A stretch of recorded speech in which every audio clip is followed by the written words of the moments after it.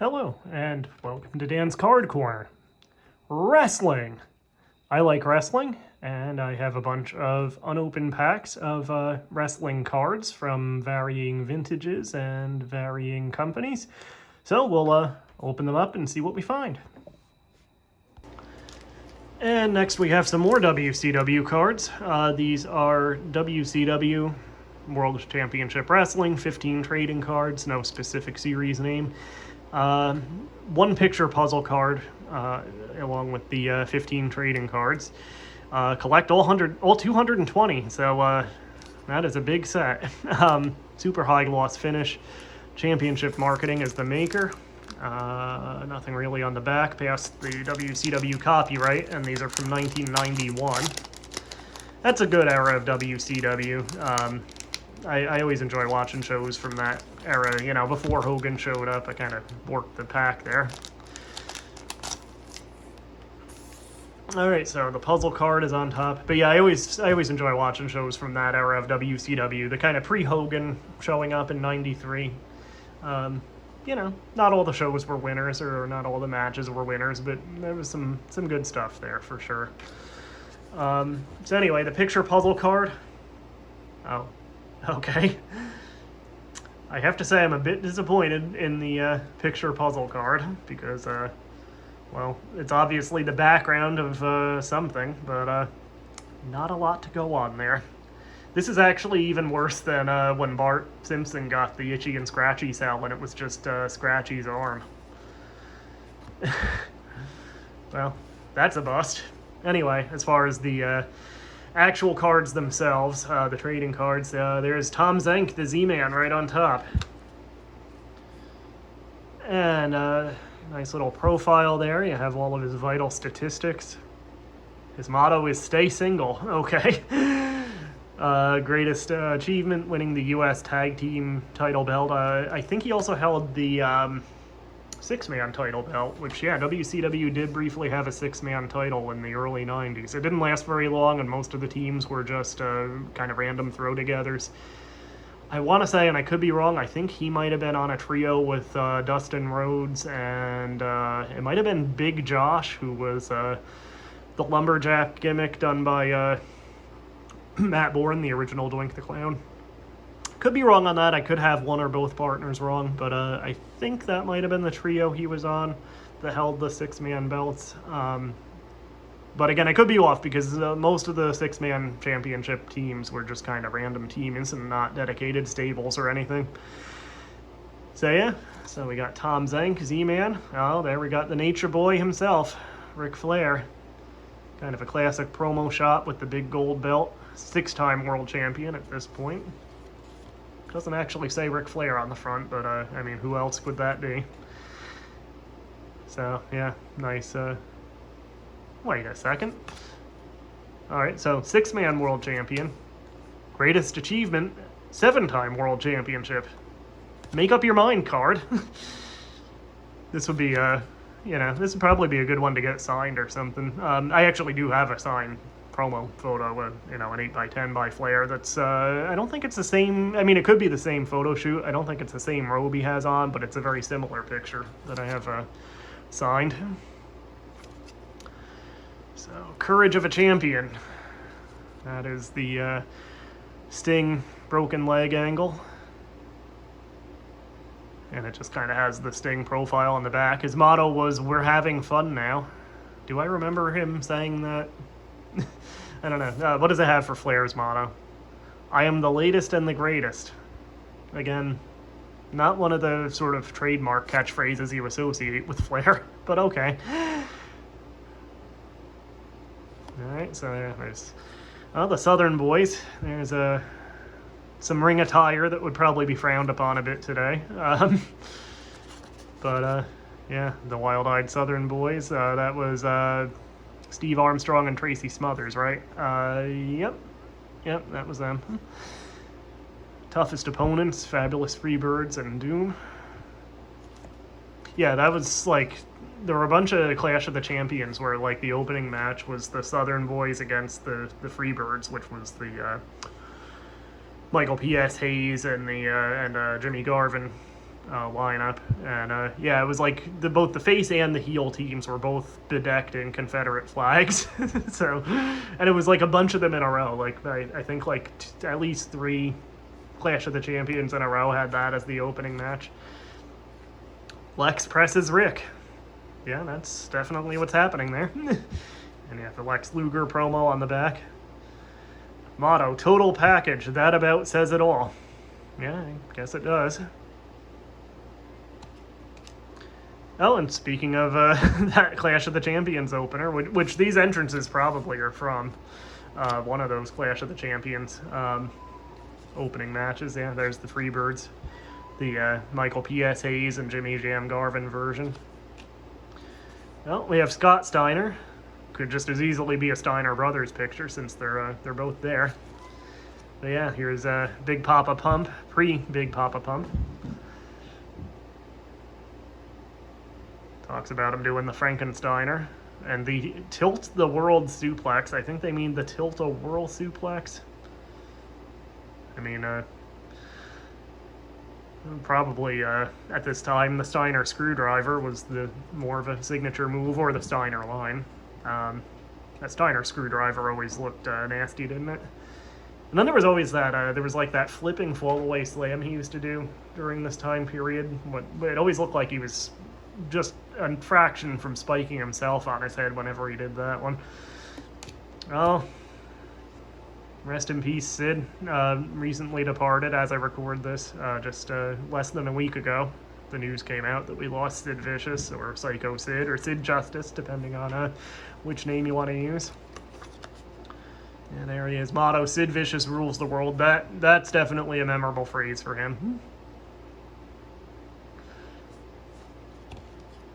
Yeah, we got Arn Anderson with the TV title.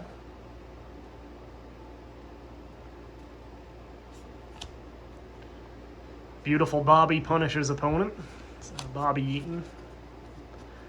By the people who wrestled him, widely regarded as one of the best to ever do it. Beautiful Bobby Eaton. Certainly a notable tag team name, never became a huge singles star, but yeah, I mean, even Steve Austin has talked about him being, one of the best people he ever wrestled. And another guy we lost a few years ago, but fairly recently. Say Uncle. And it's actually another Sid Vicious profile on the back as he's bear hugging Luger there. Let me just see. Go back to the other Sid card. Hi, Tab. Let's see. Is this the same? Yeah, I think it's the same copy on the back for the Sid profile. Oh, Heyman, Paulie dangerously himself. So he doesn't get like the vital statistics, I guess, since he was a manager. But yeah, that's from his WCW period. Amazing longevity. I mean, I mean, when you ask my favorite manager of all time, or the best manager of all time, I mean, my answer would be Bobby Heenan. But yeah, he's got to be in the conversation. I mean, just for sheer longevity, he's been doing it for, well over 30 years at this point, and is still on TV, still relevant in the role. Yeah, there's an unfortunate shot. What did you say? And it's just a Flair profile on the back. I don't know if I can even put that one on YouTube. Anyway, here's Ricky Morton. I actually met the Rock and Roll Express a couple years ago at a show. They did the signing, and they actually were in a match, like a 4-way tag match. So in 2022, I guess that would have been 21 or 22. I think it was 22, early 22. I got to see the Rock and Roll Express wrestle. And they were really nice, too, at their signing. Morton was, I would say, the more talkative of the two. But yeah, they were nice guys. So yeah, no write-up for him, interestingly enough. But he still gets the vital stats anyway. And another Lex Luger there. Yeah, same profile on the back. That is, let's see, where was the other Luger one? Well, he was on the Sid Bear Hug one, but not the main subject of it. Oh, there he is. Okay, yeah, I was gonna say, it's not the same picture, is it? Yeah. Anyway, so, yeah, there's some cool cards. Some nice, nice profile ones, especially. A few of the, like, you know, promo shot type ones, like the Flair one, and even Z-Man there, and it's a good Arn Anderson shot. I might set some of those aside to be specially featured in my collection. Yeah. Alright, so that's that set. Then we have a bunch more WCW cards. So these are also from 1991. They actually, I guess, had a couple different sets of cards going on, or at least different wrappers than, you know, this one. Who made these? These are, I guess maybe just done in-house. I don't see another card company credit on here. Oh no, I'm sorry, Impel. So these are from Impel. Let's see how they compare to the championship marketing ones. All right, that's the kind of pack we should just cut. All right, so there we go. We got Ron Simmons and Butch Reed as Doom. There's Tommy Rich, who in this shot, if you squint, could pass for Ric Flair. Why'd they blur out the guy he's wrestling? That's odd. Wonder who that is. We got Dirty Dutch Mantel, aka Zeb Coulter. Hell of a mustache. More Freebirds. Got one or two Freebirds in that other pack too. Speaking of hair, that hair Jimmy Garvin had at this time, it was like a separate wrestler unto itself. There's another Luger. Kind of a basic profile. And then the rest of the pack's upside down. So we got good old JR here interviewing Luger in jeans and no shirt. There's a good one of the Stinger. These are the kind of colorful frame ones, by the way. Probably the I don't know. The other ones are kind of iconic too. The frame design. This one has like a little chip on the corner too. The computerized man of the 90s, Terrence Taylor. Let me think. Did that gimmick happen yet by this point or not? It was certainly after the Red Rooster, because that was when he was in WWF. More Freebirds. I think that's the same back. We got the Z-Man again. We got another Luger putting Arn Anderson in the torture rack. And so we had one in the last pack that was just for Scott Steiner, but he and Rick were both in the picture. This one is for the Steiner brothers, but it's just Scotty. I don't know. All right, so that's pack number 1. Pack number 2 here.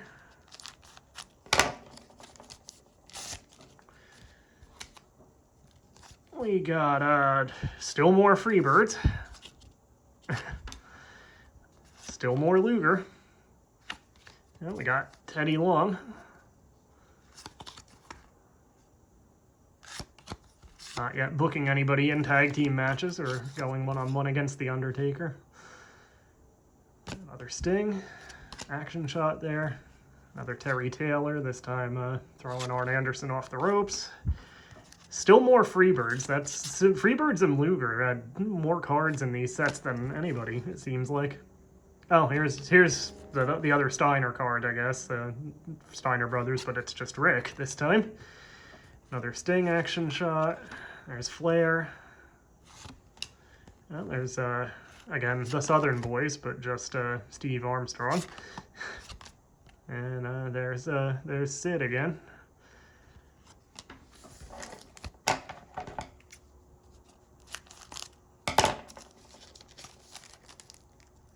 That might be the best one of Sid we've opened so far as the picture goes.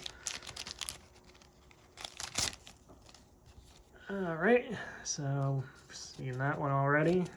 We got a couple repeats here, it looks like. We got a bunch of repeats, it looks like. Yeah, we've seen all of these already. Oh, there's a good one, a Flair.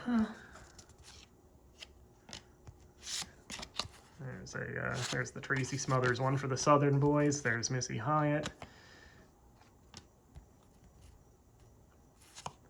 There's another good Arn Anderson one. Brian Pillman. Ooh. Kind of spoiled that. We got another Doom one. This time Butch Reed putting Stinger in a headlock. And we have El Gigante, aka Giant Gonzalez, whose favorite singer was Janet Jackson, apparently. Well, I'm glad I know that. So, like, the guy for whom height matters the most, it's really the only thing he had going for him, they don't put his height on the card. Everybody else, they put the height and weight. But for whatever reason, El Gigante gets favorite singer and favorite wrestler.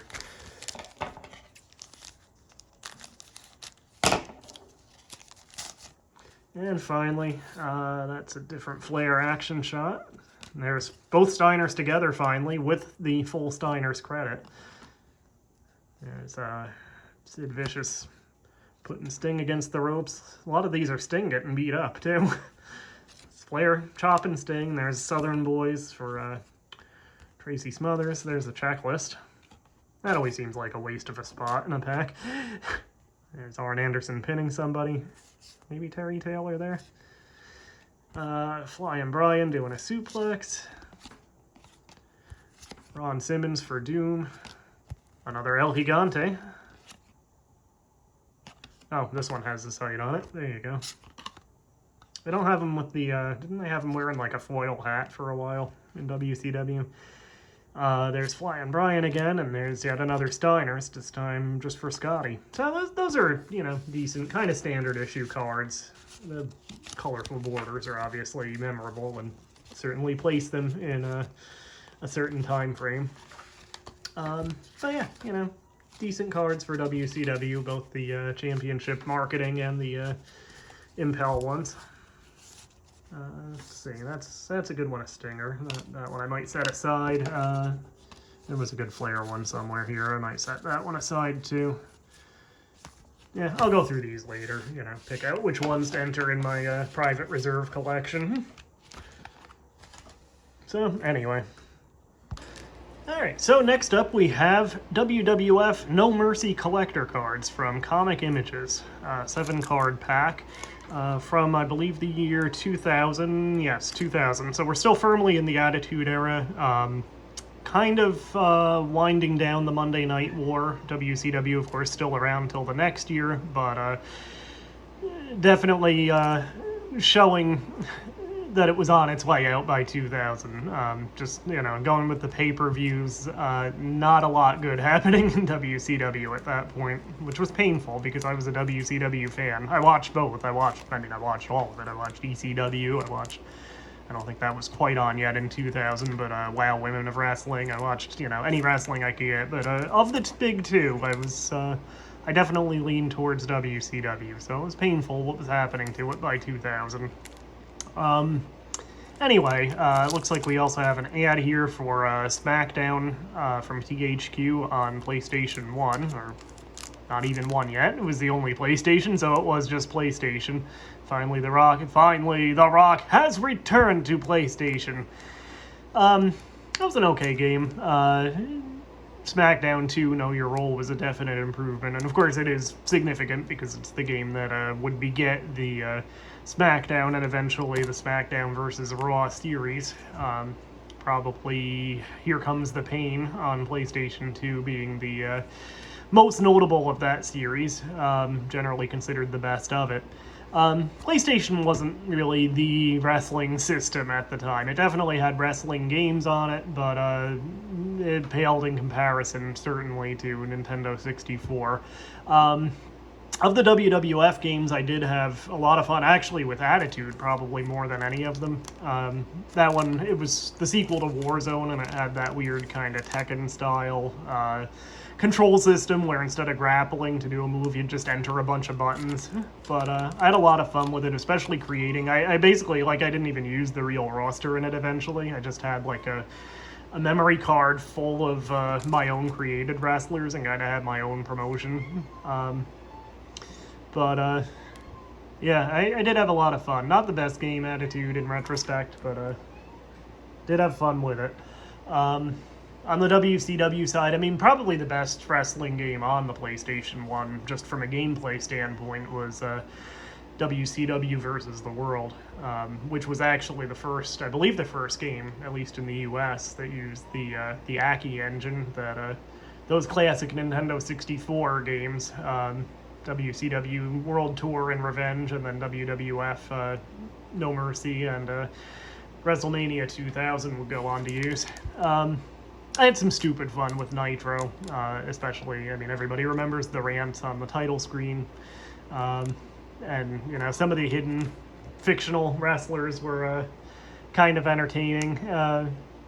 Not a good game at all by any stretch, but I did have some stupid fun with it. Thunder was just kind of bad. And I guess Mayhem was kind of okay, and then it took another step back with Backstage Assault, the wrestling game that didn't have a ring. So yeah, PlayStation 1, not the best track record for wrestling games, but be that as it may, let's get these things open. There was an offer for a binder as well. But yeah, let's see who's inside this pack. Can I rip this without actually... Yeah, that ripped easy. So, no scissors required here.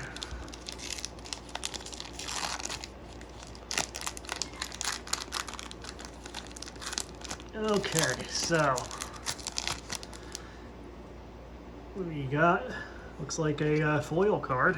I guess they're all foil. That's kind of cool, actually.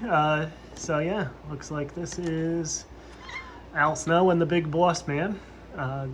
Savage warfare between Snow and the Boss Man. This involved, of course, the cooking of Al Snow's dog Pepper by the Boss Man.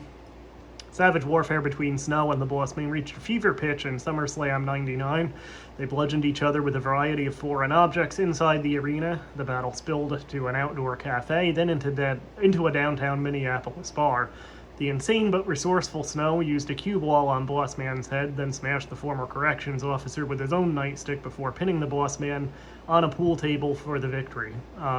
I think the culmination from that feud, if I remember right, was the infamous Kennel from Hell match, which was the only time that stipulation was ever done. Probably for a reason. Yeah, the Kennel from Hell, I believe, was also the last appearance of the 80s cage, because they had, like, the Hell in a Cell cage around the ring, and then, like, let me rephrase it, they had the 80s cage, which was no longer powder blue, unfortunately. I think they painted it black, but, yeah, it was the, like, hard bar cage from the 80s on the ring, and then they had the Hell in a Cell cage over top of that. And then they had quote-unquote vicious dogs that were not especially vicious, kind of patrolling, supposedly, in between. I think one of the dogs puked on the floor, and I think a couple of them were humping, and yeah, it was not good. Anyway, yeah, a little hard to see in the lighting, but kind of a cool action shot. That's the pinfall on the pool table, and they kind of edited the photo so Boss Man and Al Snow are kind of set off. I think that's Teddy Long as the referee there, isn't it? Interesting career he had. He was a referee, then a manager, and then he went back to being a ref when he went from WCW to WWF, and then he became a manager again. Anyway. Alright, here it looks like we have the Al Snow again with the Minis division. Would you be quiet? Yeah, Al Snow versus Minis. That was a match. I mean, I know Al Snow wrestled head. He wrestled himself once, I think. But yeah, I don't remember Al Snow versus the Minis. But when the insane Al Snow found himself in a hardcore handicap match against several Minis on Sunday Night Heat, I probably did see it, because again, I watched all the shows at that time, but if it was on Heat, maybe that's why I don't remember it specifically. He thought he'd entered an easy match for himself. How wrong he was. The Minis came at Snow from all directions and even attacked Snow in a very sensitive area with metal salad tongs. That was in the lower abdominal region, I assume. So that was Sunday night. Yeah, that's nice. I actually put the show on here so you can find it easily. Almost predicting the WWE Network or WWE on Peacock. But yeah, Sunday Night Heat from 7/11/99. Yeah, they did that. They just put 1999 SummerSlam, but the pay-per-views are, I guess, easy enough to find anyway. So we got Al Snow dropping an elbow on Road Dogg there. So this is actually, I guess, more just a profile card on Mankind. No World Wrestling Federation superstar lives the hardcore life to the extreme like Mankind. The Federation's Hardcore Championship was first created specifically for him, and the King of the Boiler Room match is the last superstar you'd ever want to face in a gimmick match. They kind of screwed up the parsing there on that sentence, didn't they? The King of the Boiler Room. I don't know why the word match is there. Yeah, anyway, has his merciless move, the mandible claw with Mr. Sacco, and his merciless words, have a nice day. I wouldn't necessarily say that was a merciless catchphrase, but whatever. Alright, so next we have, looks like Shawn Michaels choking Undertaker. And this is, I guess, the Shawn Michaels profile card. Hardcore Legends. Shawn Michaels as a hardcore legend. Okay. The boy toy image was just that, an image. The Heartbreak Kid played a starring role in several of the Federation matches, several of the greatest Federation matches of the time, from the historic Hell in a Cell war against The Undertaker, that was the first Hell in a Cell match, so I'll grant that, I guess, to the legendary ladder match against Razor Ramon at WrestleMania 10, which of course happened a number of years before the first Hell in a Cell match with Taker. Again, just odd phraseology. Still considered by many the greatest match in WrestleMania history.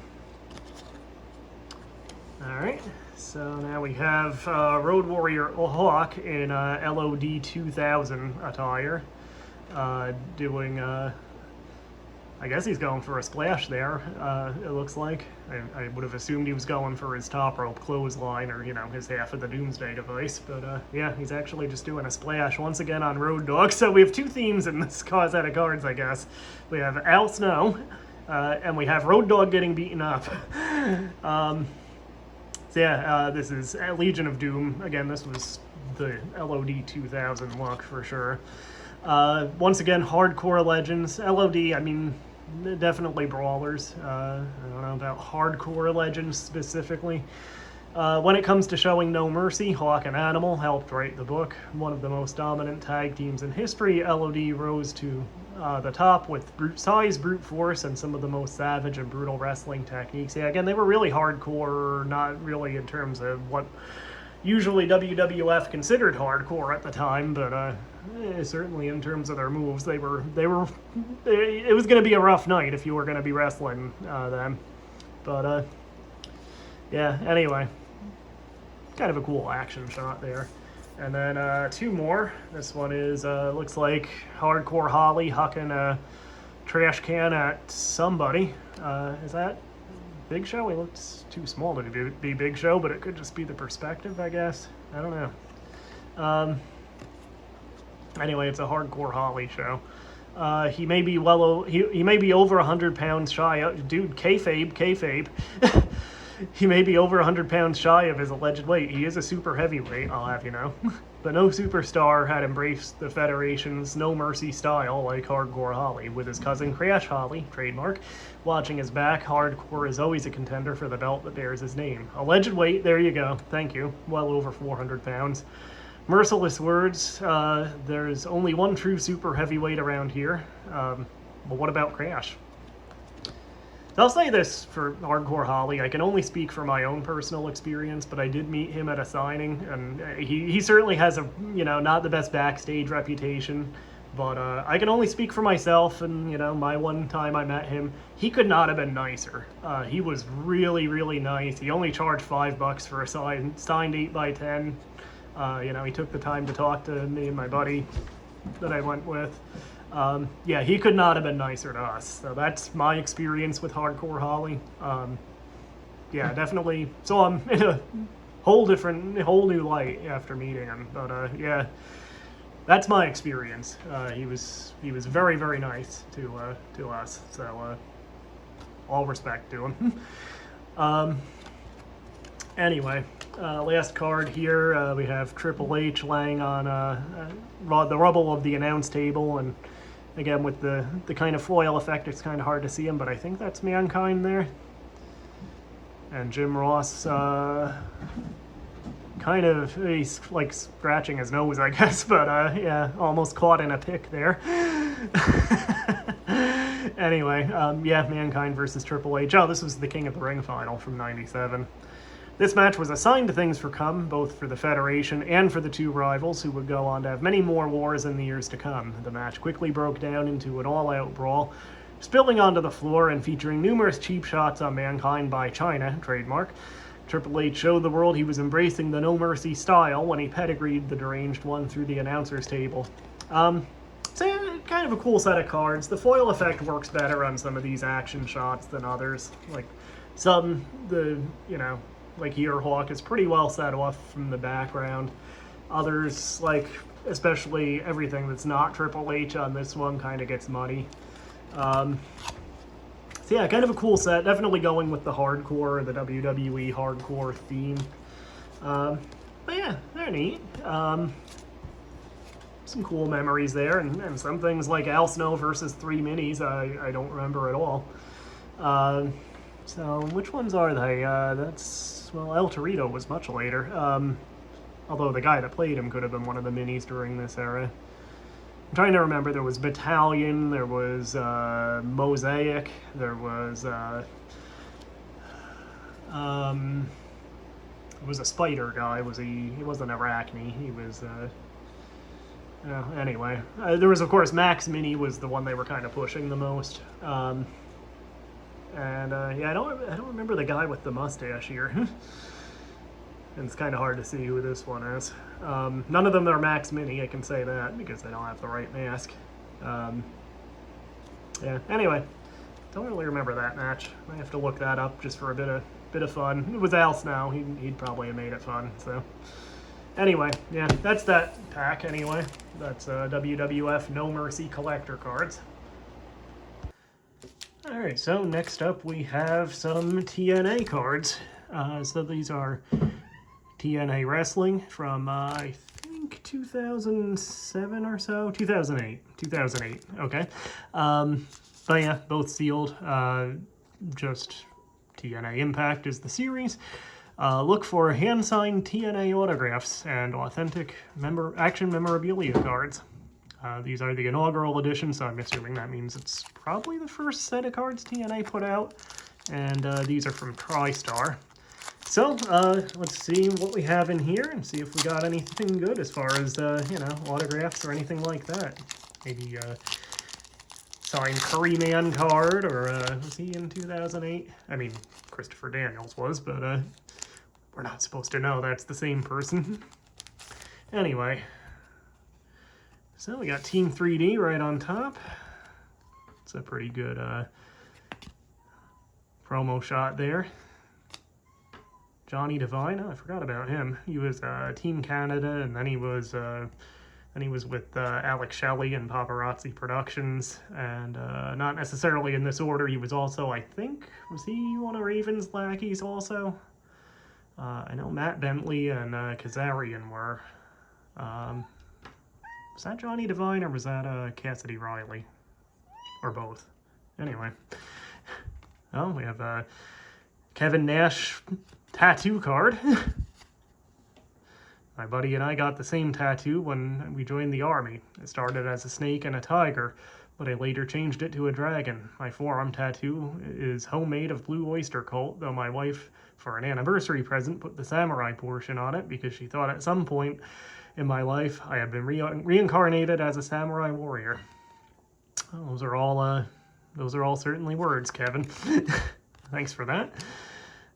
Here we have Samoa Joe as TNA X Division champion. That's a pretty nice one as far as the special sub-series go. And the late Jimmy Rave from the Rock and Rave Infection tag team when they came out with the Guitar Hero guitars. Yeah, very sad what happened to him late in his life. And let's see what's in the other pack.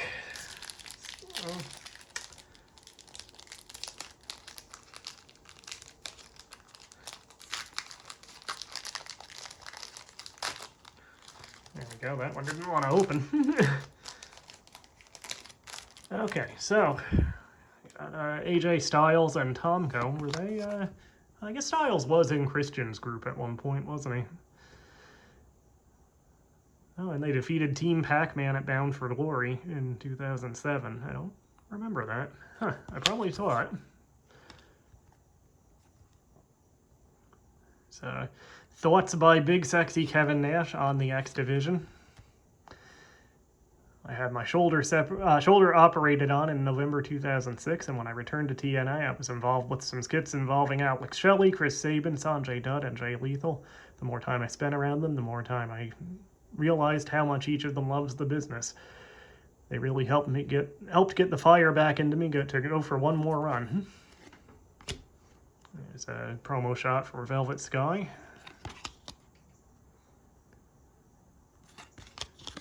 Oh, dear God.